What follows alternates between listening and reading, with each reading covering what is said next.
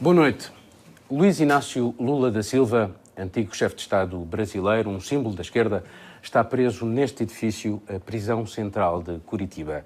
Foi condenado por corrupção a uma pena de 8 anos e 10 meses. Lula da Silva dá hoje a sua primeira entrevista a um órgão de comunicação social português desde que foi encarcerado em abril de 2018. Presidente Lula, a sua liberdade de opinião está condicionada pelo facto de estar preso? Olha, veja, eu fui preso para que não pudesse ser candidato a presidente da República. A minha prisão é uma prisão eminentemente de cunho político. Ela aconteceu já dentro do pacote que estabeleceu o golpe do impeachment contra a presidenta Dilma Rousseff. E eu, então, estou aqui tentando mostrar para a sociedade brasileira e para o mundo como é que os novos golpes se deram na América Latina, sabe, no século XXI. Diferentemente do que foi no século XX, você utiliza o poder judiciário, você utiliza as instituições públicas para poder condenar uma pessoa. Eu, então, tento utilizar os meios de comunicação para tentar contar a minha versão sobre as mentiras contadas sobre o Lula. E foi por isso que teve hipótese de mudar para um regime semiaberto ou prisão domiciliária e recusou? Não, veja, não se trata de recusar. Se trata de caráter. E caráter a gente não encontra em supermercado. Você não encontra caráter em free shop. O que acontece é que eu quero a minha liberdade plena.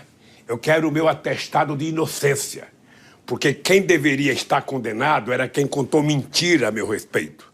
Então você tem inquéritos policiais mentirosos, você tem acusações do Ministério Público mentirosa e você tem sentenças mentirosas. Não, as mesmas pessoas que contaram mentiras a meu respeito, sabe, porque a situação política está um pouco mudando no Brasil, veio a público pedir para que o Lula vá para sua casa com um prêmio da progressão da pena. E eu não quero progressão de pena, eu quero a minha inocência, eu quero que julguem o mérito do meu processo, ponto. Mas justamente por isso tem consequências pessoais e familiares. Eu estou-me a lembrar do funeral do seu neto que o senhor não foi, porque não o deixaram ir. No funeral do meu neto eu fui. Eu não fui no funeral do meu irmão porque um juiz decidiu que eu só poderia ir a um quartel e que o cadáver fosse me visitar. Não era eu que ia visitar o corpo do meu irmão, era o corpo do meu irmão que teria que se locomover, sabe, da onde ele morava até o quartel que eu estava presente. Eu achei que era muito sacrifício um defunto fazer uma viagem para visitar o irmão que estava vivo. Então não aceitei ir. O segundo, eu fui no velório do meu neto. O que acontece claramente é o seguinte, é que quando você comete um crime, que você se sente culpado, você fica implorando a progressão de pena. Você fica implorando, eu quero uma progressão porque eu quero, sabe, eu já estou condenado há tantos anos, eu quero ir para casa, quero ficar com meus filhos, eu quero colocar a tornozeleira. Isso quando a pessoa é culpada. Quando a pessoa é inocente, a pessoa não precisa de progressão, a pessoa precisa de um julgamento justo. Como eu acho que o juiz Moro mentiu, como eu acho que o procurador Dallagnol mentiu, como eu acho que o delegado que fez o inquérito mentiu, eu quero um julgamento justo, é só isso. Precisamente essas revelações de um suposto conluio entre o juiz que o condenou e o Ministério Público surpreenderam-no quando o Intercept as revelou? Olha, não me surpreenderam porque as denúncias que o Intercept está fazendo, eu e os meus advogados já fazíamos antes. Porque, Paulo, você tem que compreender que tem 4 pessoas que sabem da verdade nesse país. Deus sabe que eu sou inocente. Eu sei que eu sou inocente. O Moro sabe que eu sou inocente e o Dallagnol sabe que eu sou inocente. Os juízes, os desembargadores do TRF4 do Rio Grande do Sul também sabe que eu sou inocente. Então eu não estou pedindo favor. Eu estou apenas dizendo o seguinte, eu quero um julgamento justo. Se vocês provarem com provas materiais que eu cometi algum delito, eu fecho a minha boca e vou cumprir a minha pena. Mas se vocês não provarem, eu quero a minha liberdade e eu quero a condenação de vocês. Eu quero a punição de quem errou. Ora, justamente, Presidente Lula, acha que houve uma politização da justiça visando-o a si? Deixa, Paulo, ficar muito claro para os meus amigos portugueses e para minhas amigas portuguesas, é que aqui no Brasil houve um conluio, você precisa entender isso, entre o juiz, e o Ministério Público, o procurador, a Polícia Federal, através dos delegados que fizeram o inquérito, e a imprensa. A imprensa brasileira, ela tem muita culpa na desagregação das organizações políticas e do ódio que está estabelecido nesse país. Porque a imprensa brasileira criou um ídolo de barro. Ou seja, a Polícia Federal, o Ministério Público e o Poder Judiciário trabalhavam com assessoria de imprensa como jamais se tinha visto nesse país. As manchetes de jornais eram vazadas para a imprensa, televisão, rádio, jornal e revista, antes da defesa receber as informações. Mas, Presidente, mas a sua condenação foi confirmada em várias instâncias judiciais, não foi?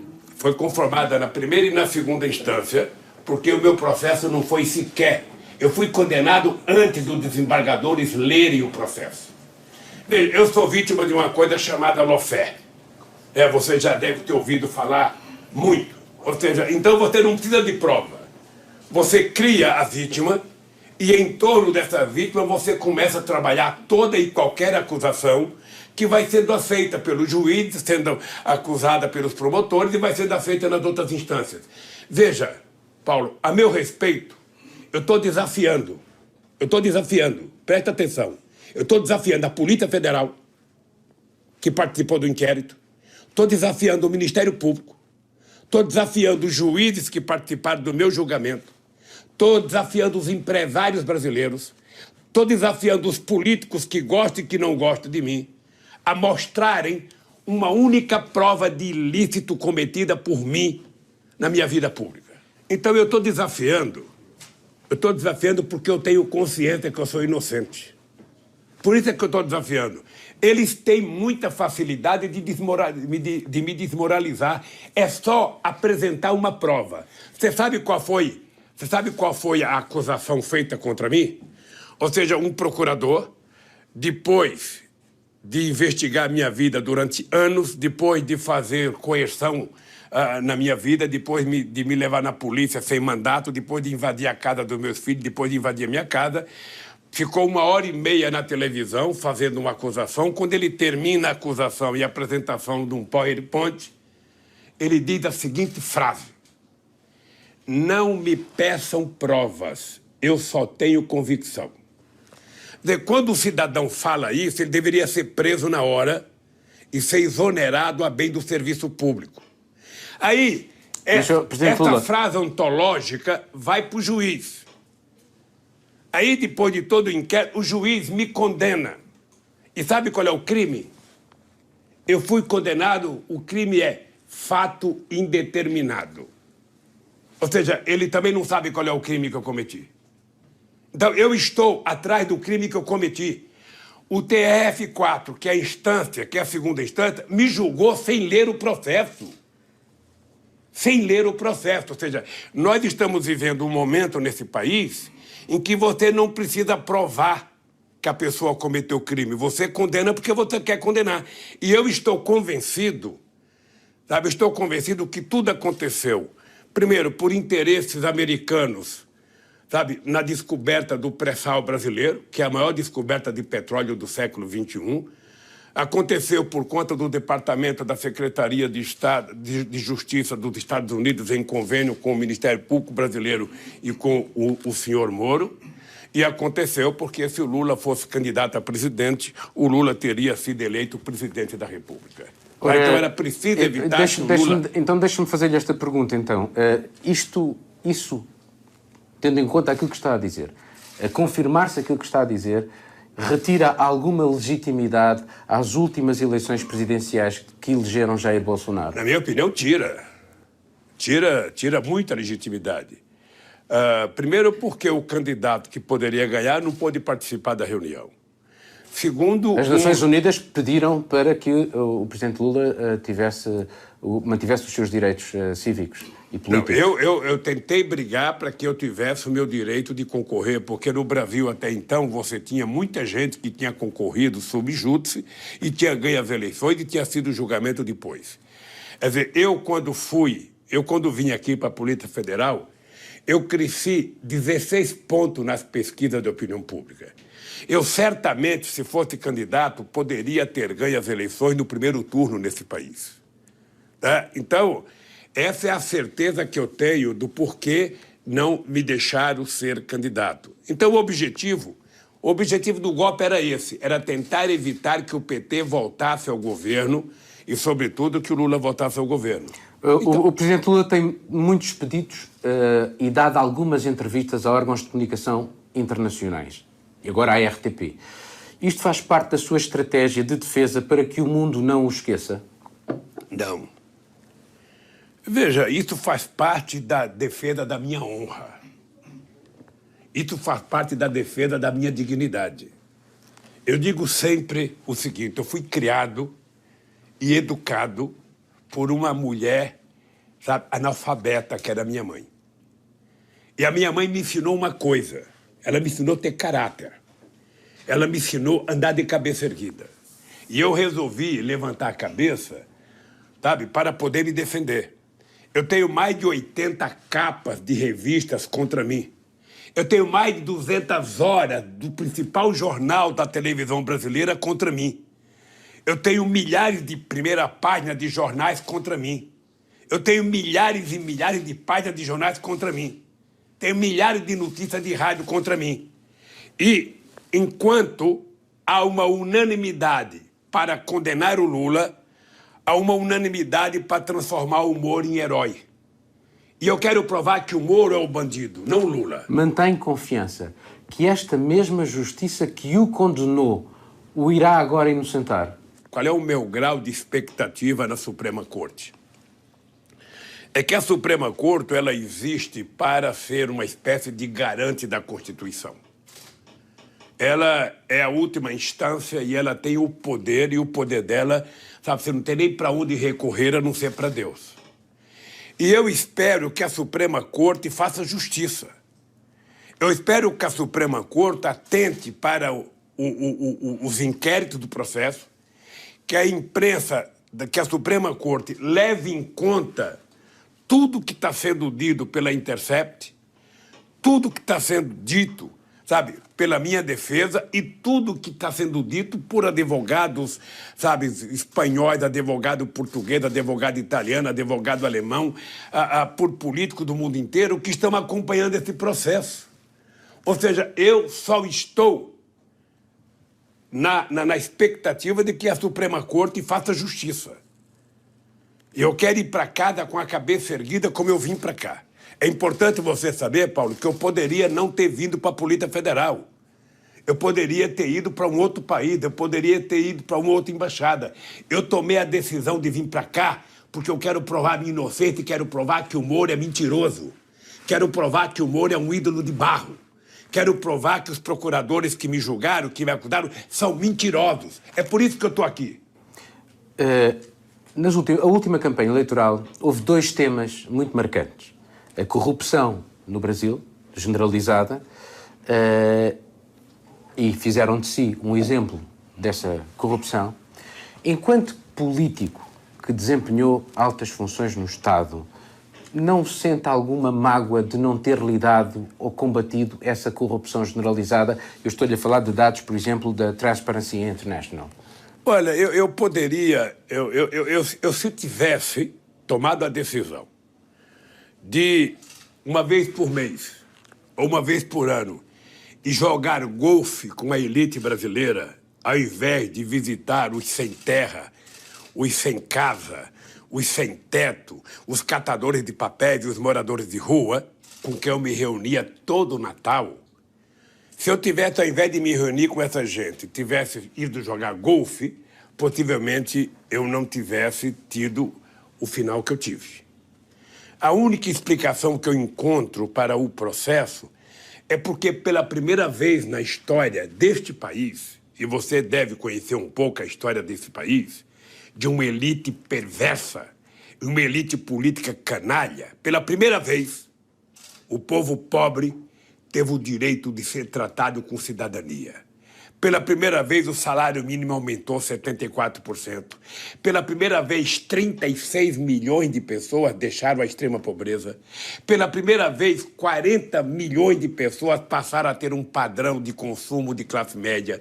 Pela primeira vez, geramos 22 milhões de empregos, mesmo na crise de 2008, quando eu disse que a responsabilidade da crise era do sistema financeiro, sabe, no meio do centro do capitalismo. Mas como é que a corrupção se instala como um tema de campanha? É porque aqui no Brasil, eu acho que em Portugal também, acho que na Espanha também, acho que no mundo inteiro, sabe, toda vez que um partido está no governo fazendo alguma coisa que a oposição não gosta, você comete a acusação de corrupção. No Brasil, nós já tivemos Getúlio Vargas, já tivemos Juscelino Kubitschek, já tivemos João Goulart. Presidente Lula, mas a corrupção não mina a democracia? Veja, eu não estou preocupado com as denúncias, eu estou preocupado com as provas. Porque se tem um presidente da República que criou condições para que se investigasse as corrupções, somos nós. Pode perguntar para o diretor-geral da Polícia Federal, pergunte para o diretor-geral da Controladoria Geral da República, pergunte para quem você quiser. Se tem um partido que criou condições para que a gente pudesse investigar e apurar a corrupção, foi exatamente nos 12 anos do Partido dos Trabalhadores. Tá? Eu acho que quem roubou tem que estar na cadeia. Eu acho que quem praticou corrupção tem que estar na cadeia. Agora, para a pessoa estar na cadeia, você tem que provar. Você tem que mostrar o crime. O que você não pode é condenar a pessoa por ser seu inimigo político. Eu estou apenas exigindo, porque minhas provas eu já apresentei, que eles apresentem a minha prova de culpabilidade. Apenas isso eu estou esperando. E tem mais 10 processos. É uma mentira atrás da outra. E eu pretendo enfrentar todas essas mentiras para poder provar a podridão que está acontecendo nos inquéritos contra o Lula. É isso. Deixa-me passar agora para uma questão que muita gente provavelmente se pergunta, é como é que o presidente Lula passa o tempo aqui? Mantém-se a par do que se passa no seu país e no mundo? Como é que são os seus dias? Olha, primeiro eu tenho na cela televisão aberta. Eu não tenho TV a cabo e não tenho internet. Eu vejo a televisão aberta, que não é da melhor qualidade, ou seja, os programas não são os mais apetitosos. Então eu assisto jornais rotineiros do Brasil. Eu recebo informações do mundo aí fora. Eu recebo pendrive de coisas que acontecem em outros países, de manifestação na festa do Avante. Eu recebo pendrive do Prêmio de Paris, eu recebo pendrive de artistas, eu recebo pendrive das reuniões do meu partido, eu recebo pendrive de ato público, eu recebo análise de conjuntura de pessoas que eu peço. Eu, de vez em quando, peço para alguém fazer uma análise de conjuntura, sabe, a respeito de alguma coisa a nível internacional. Porque tem uma coisa, Paulo, que eu acreditava muito, que era fazer do Brasil um país protagonista de política externa. Mas agora tem outro presidente, tem outro governo. Qual é o balanço que o presidente Lula faz da presidência de Jair Bolsonaro? Veja, eu não vou fazer balanço. Eu não vou fazer balanço porque o balanço é negativo. O balanço é que você não tem um cidadão que tenha sido eleito para governar o país pensando na melhoria do Brasil, na melhoria do povo brasileiro. Você tem um cidadão que é, sabe, um demolidor, é um destruidor das coisas da democracia nesse país. Sabe, é um cidadão que não gosta de cultura, por isso tem que destruir todos os mecanismos que fortalecem a cultura. Ele não gosta de liberdade, por isso tem que ter milícia. Ele não gosta de emprego, por isso pede para que o seu ministro da Fazenda venda tudo. Eles estão querendo privatizar tudo que você possa imaginar nesse país, inclusive a Petrobras. Ou seja, então, eu sinceramente, não acho que ele esteja governando o Brasil. Ele está, na verdade, dando autorização para vender esse país. Ou seja, já vendeu a Embraer, que era a terceira empresa de aviação do mundo, era mais importante do que a Bombardier canadense, vendeu para a Boeing. Ele já vendeu muitas empresas, já vendeu a BR, que é a distribuidora do petróleo, agora quer vender a Petrobras, quer vender as empresas de energia, tudo em benefício, sabe, de um sistema arrecadatório para pagar juros da dívida pública. Ou seja, você não vende um patrimônio para pagar uma dívida. Um país do tamanho do Brasil não tem que ter uma preocupação com a dívida pública. O Brasil pode até contrair mais dívida desde que você venha construir novos ativos que permitam o país voltar a crescer, que permita gerar emprego, que permita você desenvolver o país. E não há sinais de que, neste momento, há uma pequena recuperação de emprego? Veja, é engraçado porque você pode odiar o monstro, esse cara pode levar o país a uma quebradeira total. Em algum momento a economia vai voltar a crescer. Em algum momento, independentemente do governo. Em algum momento, a economia pode crescer um pouco. O que é importante é saber o seguinte, ela vai crescer a partir de que patamar? Quantas pessoas já foram, sabe, prejudicadas? Quantas pessoas ficaram para trás? Ou seja, quando tem uma seca muito grande, que passa muito tempo sem chover, um dia vai chover. Mas você tem que medir o seguinte, quando começa a chuva, quanto gado já morreu? Quanto gado? Então, é importante saber o seguinte, qual é o prejuízo que foi criado ao país depois que esse país voltar a crescer. Que esse país vai voltar a crescer um dia, que vai gerar um emprego? Vai. Mas veja, nós geramos 22 milhões de empregos em 12 anos. 22 milhões de empregos em 20 anos. Isso mesmo com a crise de 2008. Com a crise de 2008, em dezembro, esse país cresceu 7,5% em 2010.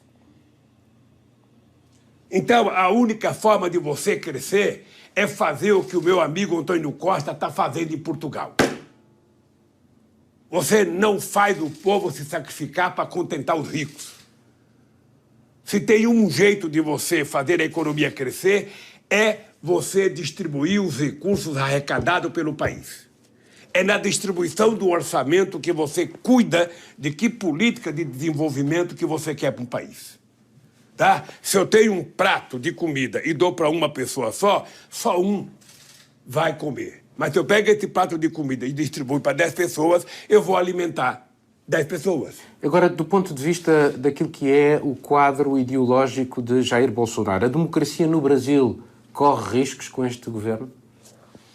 Eu acho que a democracia já está correndo risco. Porque o Bolsonaro ele é muito despreparado politicamente. Ele não faz questão de ser diferente. Ele é um cara que acha bonito ser grosseiro, ele acha bonito ofender as pessoas, ele acha bonito ofender, sabe, o presidente da França, ele acha bonito ofender o presidente, sabe, da Argentina, ele acha bonito se meter nas eleições de outros países, sabe? Ele dá palpite sobre tudo, menos sobre o seu país. Ele deveria estar, nesse momento, preocupado como gerar empregos nesse país, como pagar salário nesse país, como fazer a economia voltar a crescer, como fortalecer a educação, como fazer investimento em ciência e tecnologia, como cuidar do meio ambiente. Tudo isso é tema que não interessa ao Jair Bolsonaro. Então, ele é um destruidor. É um destruidor, sabe, de obras prontas. e eu acho que é um destruidor da democracia. Como é que vê esta tentativa de normalização da ditadura militar brasileira que está a ser feita pelo presidente Bolsonaro? Essa é uma das coisas mais graves que acontece no Brasil. É que ele e um tipo de gente que apoia ele querem mostrar para a sociedade que não houve ditadura militar no Brasil. Querem mostrar que não houve censura, que não houve tortura, que não houve crime, que os bandidos, na verdade, não existiram. É isso que eles querem mostrar. E com uma virulência de discurso muito forte, com uma prática, sabe, de combate ao crime à base da milícia. Hoje quem mata muito nesse país é a polícia. E, sobretudo, jovens pretos na periferia. Não sei se você sabe, mas no Brasil nesse ano, já mataram 5 crianças de bala perdida da polícia. A criminalidade foi outro dos temas da última campanha eleitoral e o atual presidente brasileiro considera que permitir a venda indiscriminada de armas é uma forma de combater a criminalidade. Concorda com isto? Não. A forma de você combater a criminalidade é você gerar empregos, é você colocar a meninada na escola, é você fazer mais universidade. O que vai acabar com a criminalidade é um livro na mão e uma carteira de trabalho na outra mão. A hora que você tiver emprego, salário e educação, a criminalidade vai cair. Enquanto você estiver aumentando a pobreza, enquanto você estiver aumentando, sabe, aqueles que não têm oportunidade, você não vai diminuir a pobreza. Você não vai diminuir a violência. Recentemente, houve toda uma questão em torno da Amazónia. O presidente francês, o presidente Jair Bolsonaro. A Amazónia é um problema global ou é um assunto brasileiro? Vamos ver o seguinte. A Amazônia é uma propriedade brasileira que desperta interesses mundiais. Por quê? Porque a Amazônia é a maior reserva florestal do mundo. A Amazônia tem uma rica biodiversidade. Então, o Brasil, e eu fiz isso, o Brasil pode, sendo dono da Amazônia, a Amazônia pertencendo ao Brasil, o Brasil pode fazer acordo com outros países para ajudar no combate ao desmatamento da Amazônia, no combate às queimadas da Amazônia e na exploração científica da nossa biodiversidade. Sem que o Brasil abra mão da soberania da Amazônia. Não dá para o Macron dizer que a Amazônia é propriedade da França. Apesar que a França tem um pedaço da Amazônia na Guiana Francesa. Pequeno. Pequeno. Mas a Amazônia é brasileira. Mas o Brasil pode. E eu fiz o acordo que eu fiz com a Alemanha e com a Noruega, que criou o fundo para ajudar a Amazônia, foi feito no meu governo. E o Brasil tem que fazer acordos para ajudar a preservar a Amazônia, para ajudar a explorar corretamente a Amazônia, do ponto de vista da indústria farmacêutica, do ponto de vista, sabe, da exploração da nossa rica biodiversidade e da manutenção de um ecossistema que é bom para todo o planeta. Agora um outro assunto. Em Portugal, José Sócrates é seu amigo. Não foi condenado, mas está debaixo de uma acusação muito pesada. Do que se conhece do processo, há alguma semelhança, acha que há alguma semelhança entre o seu caso e o dele? Eu não conheço o caso do meu amigo Sócrates. É importante, Paulo, te dizer uma coisa. Olha, eu tive uma relação extraordinária com o Jorge Sampaio.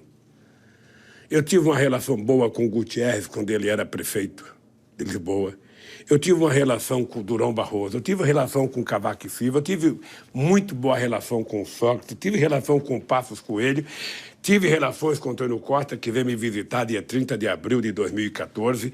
E estou muito feliz com a vitória do Antônio Costa, muito feliz. Porque ele está provando que se quiser resolver o problema de um país, é fazer com que o povo tenha oportunidade de trabalhar e oportunidade de consumir. Pois bem, eu sou muito amigo do Sócrates, gosto pessoalmente do Sócrates. O fato de um cidadão ser acusado não quer dizer nada. Aqui no Brasil, se acusa todo mundo de todas as coisas. O que é importante é que quando você acusa uma pessoa, você tem que provar. Ou seja, se o Sócrates foi acusado por alguém, esse alguém que o acusou tem que provar. Se não provar, essa pessoa tem que ser punida. Porque senão, todos nós que fazemos política, estamos à mercê do mau caratismo da política. É por isso, não pensa você que eu sou bravo, não pensa você que eu estou aqui com raiva, não.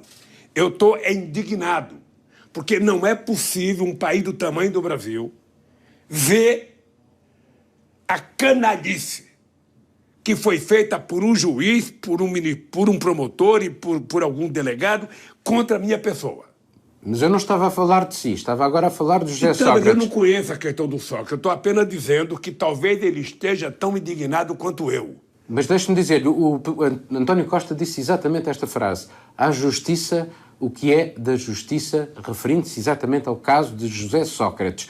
Não concorda que é assim que deve ser? Veja, eu acho que se a justiça for feita da forma mais democrática possível, dando total direito de defesa, e os acusadores mostrando prova concreta, e se a pessoa tiver provado que cometeu o crime, essa pessoa tem que ser punida. Tá? Se o Sócrates cometeu o crime, ele tem que ser punido. Se eu cometi crime, eu tenho que ser punido. Agora, quem me acusou de forma falsa também tem que ser punido. Também tem que ser punido. Presidente Lula, tenho uma última pergunta para lhe fazer. Já? Já. Ainda se acha um político com futuro na política?